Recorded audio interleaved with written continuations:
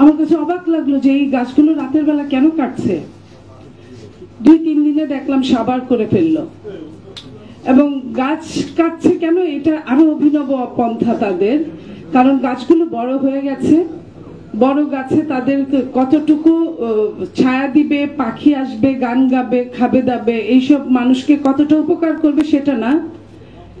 Engineer এবং contractor, সরকারি কর্মকর্তাদের নতুন করে টেন্ডারে আবার গাছ লাগানো কর্মসূচি থাকবে, আবার অর্থ এখানে ইনকাম হবে। গাছ যেহেতু বড় হয়ে গেছে, অতএব গাছের মধ্যে আবার পয়সা লাগাতে হবে। এটাই হচ্ছে জনগণের, আমার আপনার সবার ট্যাক্সের পয়সা, এই হচ্ছে আমাদের উদ্ধার করা। তো আমরা যখন সমস্ত দখলের সমস্যার মধ্যে থাকি, আমরা গাছ কর্তনের সমস্যার মধ্যে থাকি, একজন বিশেষজ্ঞ যেটা বললেন, কোন গাছে যে কোন পাখি বসে বা পরিবেশের জন্য কোন গাছটা আমাদের পরিবেশ বান্ধব, এটাই আমরা জানি না আমরা যখন কথা বলছি। তো এই যে আমরা জানি না, কার্জন হলো কিন্তু এখান থেকে খুব বেশি দূরে না, ঢাকা বিশ্ববিদ্যালয়, আমি বোধহয় ওইখানেই দাঁড়িয়ে আছি, প্রায় কাছাকাছি। সেইখানে শুধুমাত্র কার্জন হল ছাড়া, ঢাকা বিশ্ববিদ্যালয়ের পুরানো কয়েকটা গাছ ছাড়া, আমি পরিবেশবাদী। ওইখানে অনেকগুলো বৈজ্ঞানিক থাকে আমার ভাইরা। আমি কাউকেই দেখি নাই যে একদিনের পয়সা, বেতনের পয়সা নিয়ে চাঁদা তুলে আমি অনেক অন্যায় কাজ করতে দেখেছি, কিন্তু চাঁদা তুলে গাছ লাগাতে দেখিনি। একটা বিশ্ববিদ্যালয়ের শিক্ষক, একজন বৈজ্ঞানিক যদি গাছ লাগাতো, তাহলে কিন্তু আজকে পজিটিভ হলেও হতে পারতো। মানুষ নেগেটিভের পেছনেই শুধু ছুটে, এটা ঠিক না।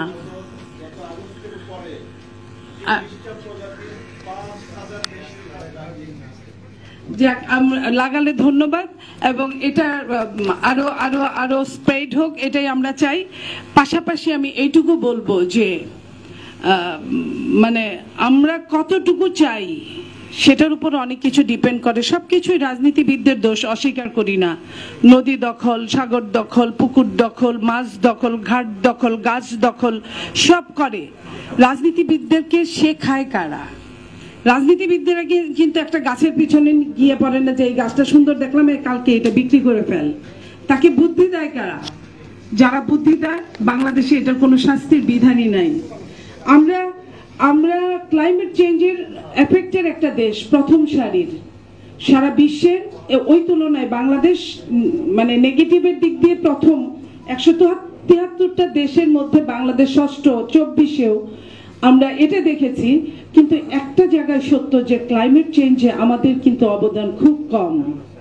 সারা বিশ্বের যত ধোঁয়া, যত পলিউশন, সবগুলো যে আকাশটা খালি পায়, সেই আকাশটা দখল করে। আমি ক্লাইমেট চেঞ্জের অনেকগুলো প্রোগ্রাম করেছি, সেখান থেকে আমি কিছুটা জানি। সেই দখলের জায়গায় বাংলাদেশের আকাশটা, যেহেতু বাংলাদেশে বিমান কম, বাংলাদেশের শিল্প কারখানা ওই তুলনায় কম, তো আকাশটা যে খালি থাকে, বিশ্বের কিন্তু ক্লাইমেট চেঞ্জের সমস্ত ধোঁয়া বর্জ্যগুলো বাংলাদেশে জমে। সেইখানেও কিন্তু আমরা একদম শেষের দিকে পিছিয়ে আছি, এবং দূষণের ক্ষেত্রে আমরা একদম শেষের কাতারে, একদম শেষের দিকে, প্রথম দিকে আমরা আছি। তো সেই জায়গায় আপনারা এমন সময় করেছেন, সামনে বাংলাদেশের নির্বাচন, যদি এই সরকার দেয়, তাহলে সামনে বাংলাদেশের নির্বাচনের আগে আপনারা সবগুলো রাজনীতিবিদদের নিয়ে যদি বসেন, এরকম সেমিনার করেন। আমি এইখানে আজকে একটা জিনিস আমার ভালো লেগেছে, এইখানে পরিবেশ বান্ধব কতটা বাংলাদেশের মানুষ জানি না, কিন্তু পরিবেশের সাংবাদিক বান্ধব আমি দেখেছি আজকে। আমি সাংবাদিকদের ধন্যবাদ জানাচ্ছি। আমাদের একজন পরিবেশ বান্ধব আজকে পরিবেশ আপনার কি অ্যাডভাইজার হয়েছে। এই যে পরিবেশ অ্যাডভাইজার, আমরা 9 মাসে কিন্তু দেখিনি। একমাত্র পলিথিন নিয়ে আমরা কয়েকটা কথা বলতে শুনেছি, কিন্তু পলিথিনেরও খুব একটা কাজ হয়েছে আমরা দেখিনি। উনি দেশি বিদেশি অনেক পুরস্কার পেয়েছেন, কিন্তু পরিবেশের কোন একটা নদী দখল উদ্ধার হয়েছে, কোথাও পরিবেশের 5000 গাছ লাগানো হয়েছে, কোথাও যদি আমরা বাংলাদেশে 18 কোটি জনগণ 2টো করে যদি গাছ লাগায়, 18 বা 20 কোটি জনগণ যাই হই না কেন, তাও কিন্তু 40 কোটি গাছ লাগানো যায়। একটা সময় আমরা দেখতাম যে আপনার বিদ্যুৎ স্পৃষ্ট হয়ে মানুষ আজকে যত মারা যায়, তার চেয়ে অনেক কম মারা যেত। দাদা নানিদের কাছ থেকে শুনেছি যে তাল গাছ ছিল, অনেক তাল গাছ, খেজুর গাছ ছিল, যে খেজুর গাছ তাল গাছের জন্য বিদ্যুৎ গুলো সেই উঁচু উঁচু গাছগুলোকে আগে আকর্ষণ করত। সেই গাছগুলো এখন কেটে ফেলা হয়েছে, গ্রামেও কিন্তু এখন আর ওই গাছগুলো নাই, যে গাছগুলো আমাদেরকে আমাদের জীবন থেকে বাঁচাতো। আজকে হঠাৎ করে দেখি আমরা যে বৃষ্টি নাই, কিছু নেই, হঠাৎ করে একটা বিদ্যুৎ চমকিয়েছে, 8-10 জন মারা গিয়েছে। এই যে মারা যাওয়াটা, ক্ষতি কিন্তু আমাদেরই হচ্ছে। এই জনসচেতনতাটাও আমাদেরকেই বৃদ্ধি করা উচিত, বৃদ্ধি করতে হবে আমরা মনে করি। অথচ আমরা কিন্তু এই জায়গাগুলো কেউই যাই না, কখনোই যাই না। রাজনীতিবিদরা রাজনৈতিক বক্তৃতা দেয়, কিন্তু রাজনীতিবিদদের যদি চোখে আঙ্গুল দিয়ে দেখিয়ে দেওয়া যায়, রাজনীতিবিদরা কিন্তু না করে না। মাঝখানে বিএনপির সময় লাস্টের দিকে 2001 থেকে 2006 দিকে আমরা যা দেখেছি, বৃক্ষরোপণ একটা অভিযানে প্রত্যেক নেতারা কিন্তু এলাকা এলাকায় অনেক গাছ লাগাতো। আমরা আওয়ামী লীগের 15.5 বছরে গাছ কাটা দেখেছি, গাছ লাগানো ওইভাবে দেখিনি যে কোনো নেতা 2000, 5000, 20,000 গাছ লাগিয়েছে। তো এইটা কিন্তু আমরা পজিটিভলি কিন্তু এই জায়গাটায় আবার আজকের আয়োজকদের আমি কৃতজ্ঞতার সাথে বলছি, এটা যদি আপনারা চালু করতে পারেন। আমরা তো শুধু সবাই সবার নামে গীবত করি, গীবতও না, সত্যি ঘটনাগুলোই বলি, আমাদের শুনতে খারাপ লাগে। আমরা প্রতিকারগুলো যদি একটু পাশাপাশি বলি, বা এই যে আজকে যারা সাংবাদিক আছেন প্রত্যেকের কোনো না কোনো সাবেক এমপি বা বর্তমান এমপি বা কোনো নেতার সাথে সম্পর্ক আছে। আপনারা যদি বলেন সামনে বর্ষাকাল আসছে, এই বর্ষাকালে আমরা কিন্তু পারি পরিবেশকে বান্ধবে আনতে। আমরা কিন্তু এটা পারি পরিবেশ মন্ত্রীর কাছে বলতে যে আপনি দেখান না বুড়িগঙ্গা নদীটাকে অন্তত উদ্ধার করেন, তার চারপাশে যত গাছপালাগুলো আপনি দোকানপাটগুলো চলছে সেটাকে আমরা না হয় উদ্ধার করি। আপনারা এই কথাটাও তো আমরা বলতে পারি তার কাছে। অথচ ওনার সাথে একটা সময় আমি টক শো করতাম, একটা সময় আমি সেমিনার করতাম, এত সুন্দর সুন্দর কথা বলতেন উনি, আমরা মুগ্ধ হয়ে যেতাম। আহারে, মনে হতো যে এদের কাছে কেন ক্ষমতা আসে না। এদের কাছে এমন একটা সময় ক্ষমতা আসছে যখন কোনো রাজনৈতিক দল তাদের পেছনে নাই, মানে সমালোচনা করার। তারা শুধু কাজ কাজ আর কাজ করবে, কিন্তু 9 মাসে আমরা কিন্তু কোনো কাজ করতে দেখি না। যতটা আমরা এই যে দমানো এইসব দেখছি, ততটা কিন্তু আমরা কাজ করতে দেখছি না। যতটা আমরা বুড়িগঙ্গা উদ্ধার বা অন্যান্য নদীগুলো, তুরাগ নদী, আশেপাশে ঢাকার আশেপাশে নদী উদ্ধার দেখব, তার চেয়ে কিন্তু অনেক বেশি আমরা দেখছি আওয়ামী লীগের টাকা পয়সা কিভাবে সেভ করে দেওয়া যায়। আমরা কিন্তু সেভ করার জন্য 5ই আগস্ট আসে নাই। আমাদের সন্তানদের রক্তের বিনিময়ে, আমাদের রক্তের বিনিময়ে অনেকের সমস্ত দল মত নির্বিশেষে মাঠে নেমেছিল একটা কুখ্যাত মানুষকে চেঞ্জ করার জন্য, একটা রেজিমের চেঞ্জের জন্য, একটা হায়নার চেঞ্জের জন্য, একটা মাফিয়ার চেঞ্জের জন্য। মাফিয়া চেঞ্জ হয়েছে, কিন্তু আমাদের ভাগ্যের কোনো উন্নতি হয় নাই। সকালে সূর্য দেখলে নাকি বোঝা যায় সারাদিন কেমন যাবে। আমরা যে সূর্য দেখছি সেটাই আমরা কিন্তু খুব বেশি আশাবাদ ব্যক্ত করতে পারছি না। তবে ওই যে বলেন না যে যদি আপনার সহজ সোজা আঙ্গুলে ঘি না উঠে তবে আঙ্গুলটা বাঁকাতে হয়। তো আজকে আমি পরিবেশবাদী যারা আছেন তাদেরকে বলছি, আপনারা যান ওই পরিবেশ মন্ত্রীর কাছে, তাকে গিয়ে এই যে আজকের যে কথাগুলো আসবে, যেগুলো উনি কি কাজটা করেছে, ওই জবাবদিহিতার পাশাপাশি কি কাজগুলো উনি করতে চান, আগামী যদি আরো 6 মাস থাকেন, 8 মাস থাকেন, 10 মাস থাকেন, বা আরো আরো আরো আরো ওনাদের স্বপ্ন পূরণ করার জন্য থাকেন, ওনারা এই দেশের নাগরিকদের জন্য, এই দেশের জন্য কি করতে চান, এই দেশের জন্য কতটুকু করবেন, এটা আমরা তাদের কাছে আশা করছি। এবং সেই পাশাপাশি আপনারা যদি গিয়ে বলেন যে এই বর্ষাকাল, আগামী মাস থেকে বর্ষাকাল, এই বর্ষাকালে ওনারা কত গাছ লাগাবে, সেই টার্গেটটা যদি আমরা আসলে উনি করবে বা করাতে পারাটাই হচ্ছে মেন কাজ। আপনারা যদি ওনাকে দিয়ে এইবার অন্তত এই কাজগুলো করাতে পারেন, আমাদের অনেকটা আশা পূরণ হয়। কারণ আওয়ামী রেজিম শুধু গাছ কেটেছে, গাছ লাগায় নাই। আমি আজকে আপনাদের এই পরিবেশের প্রোগ্রামে আমি গাছ লাগানোর উপর গুরুত্ব দিতে চাই, এবং সেটা প্রত্যেকটা নেতাদেরকে, এবং আপনার সামনের ইলেকশনে যে নেতারা যতগুলো মিটিং করবে, আপনারা যদি ওই মিটিংগুলো যান, অন্তত পক্ষে আপনারা যদি বলেন যে আমাদের পক্ষ থেকে একজনকে এই মঞ্চে বক্তব্য দিতে হবে, এবং আপনারা যদি এটা বলেন, শুধু একটা বই লিখলেন, বই কিন্তু এখন কেউ পড়ে না, শুধু একটু একদিন সেমিনার করলেন, সেই সেমিনারে কিন্তু অনেকেই আসে না। আপনাদেরই কষ্ট করতে হবে, কারণ আপনারা মাঠে নেমেছেন।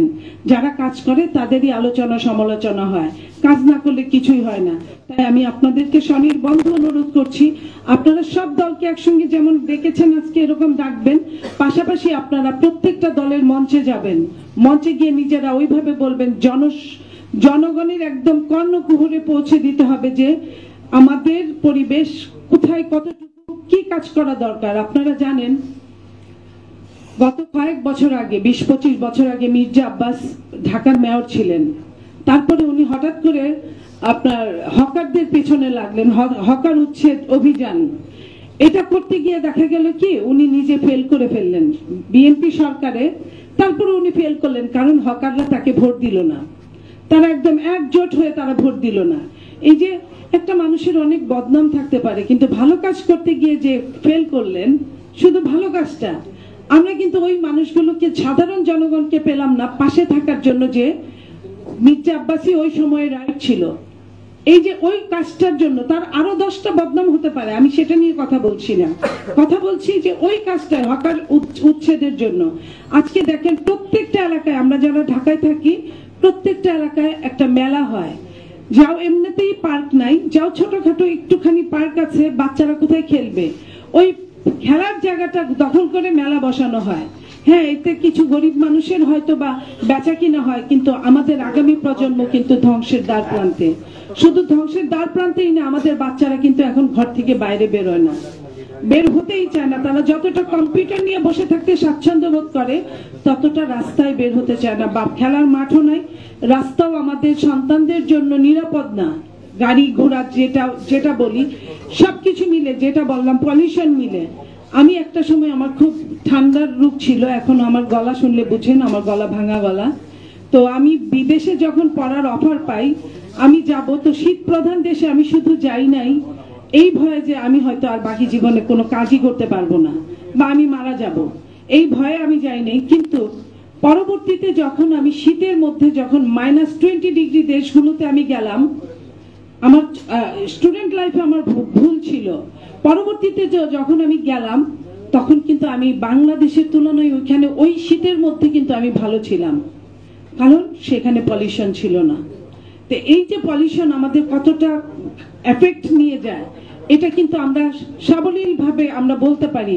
আজকে যতগুলো সাবজেক্ট নিয়ে কথা বলছি, প্রত্যেকটা এর মধ্যে ভাগ করে করে প্রত্যেকটা সাবজেক্ট নিয়ে অন্তত 10 ঘন্টা করে বক্তব্য রাখা যায়, একসাথে অনেকগুলো হয় না। যেমন ধরেন গাজীপুর, নরসিংদী, আমি কথা বলছিলাম এখানে বসে, এই এবং আরো শিল্প কারখানা সমৃদ্ধ এলাকাগুলো, মানিকগঞ্জ, আগে যেভাবে চাষাবাদ হতো এখন কিন্তু হয় না।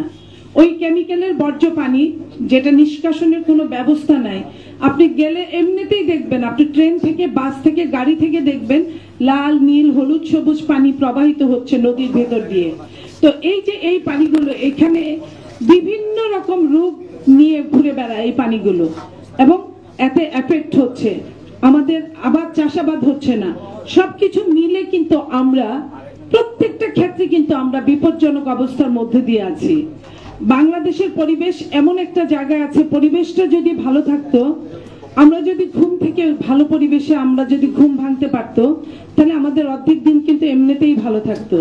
আমাদের একজন বক্তা বলে গেছেন যে ট্রাফিক জ্যামে আমাদের যে অবস্থা, এটাও কিন্তু একটা চরম ভাবে, শুধু আমাদের সময় নষ্ট তা না, আমাদের কিন্তু পরিবেশ, আমাদের সমস্ত কিছু, কারণ ওই গাড়ির কালো ধোঁয়া, বাংলাদেশের গাড়ি তো এমনি ডিজেলে চলে, তার উপর গাড়ির কোনো আপনার ফিটনেস নাই। এইসব মিলে যে ওই গাড়িটার মধ্যে যখন ঘন্টার পর ঘন্টা আমরা বা আমাদের সন্তানরা বসে থাকি, তখন কিন্তু আমাদের জীবন জীবিকার এমনিতেই আরো 12টা বেজে যায়। সেই জন্য আমরা বলছি যে এই পরিবেশ, এই দূষণমুক্ত পরিবেশ, এই দখল মুক্ত পরিবেশ, এই আপনার হকার মুক্ত পরিবেশ, এবং সবকিছু মিলে আপনার পরিবেশের কোনো বিকল্প হতে পারে না। আজকের মতো আমি আজকের আয়োজকদের অনুরোধ করব, আপনারা কন্টিনিউয়াসলি এই প্রোগ্রামটা চালিয়ে যাবেন প্রতি মাসেই, এবং তাতে হবে কি জনসচেতনতা বাড়াতে হবে। এই মুহূর্তে একটা ফ্যাসিস্ট নাই, এটাই একটা বড় সংবাদ। সুসংবাদ। এই বড় সুসংবাদে কিন্তু আমরা অনেক ভালো কিছু কাজ অ্যাডভান্স করতে পারি। আমরা আগামী বর্ষায় কিন্তু আমরা চাইলেই 20-50 কোটি গাছ লাগাতে পারি এবং তারপরে ওই এলাকার বড় বড় মানুষগুলো, মুরল টাইপের মানুষগুলো, একটা সময় যারা জনগণের সেবা করত, সেই মানুষগুলো কিংবা অর্থবিত্ত সম্পন্ন মানুষগুলোকে কিন্তু আমরা বলতেই পারি যে আপনার এটা সবচেয়ে বড় আপনার জাকাত দান, যে আপনি এই গাছগুলোকে রক্ষণাবেক্ষণ করেন। আপনার বাড়ির সামনে দিয়ে আপনি 2-3 কিলো রাস্তা, আপনি এই গাছগুলোকে গরু ছাগলের হাত থেকে বাঁচান। অন্তত 2-3 বছর বাঁচালেই আপনার গাছগুলো কিন্তু বড় হয়ে যাবে।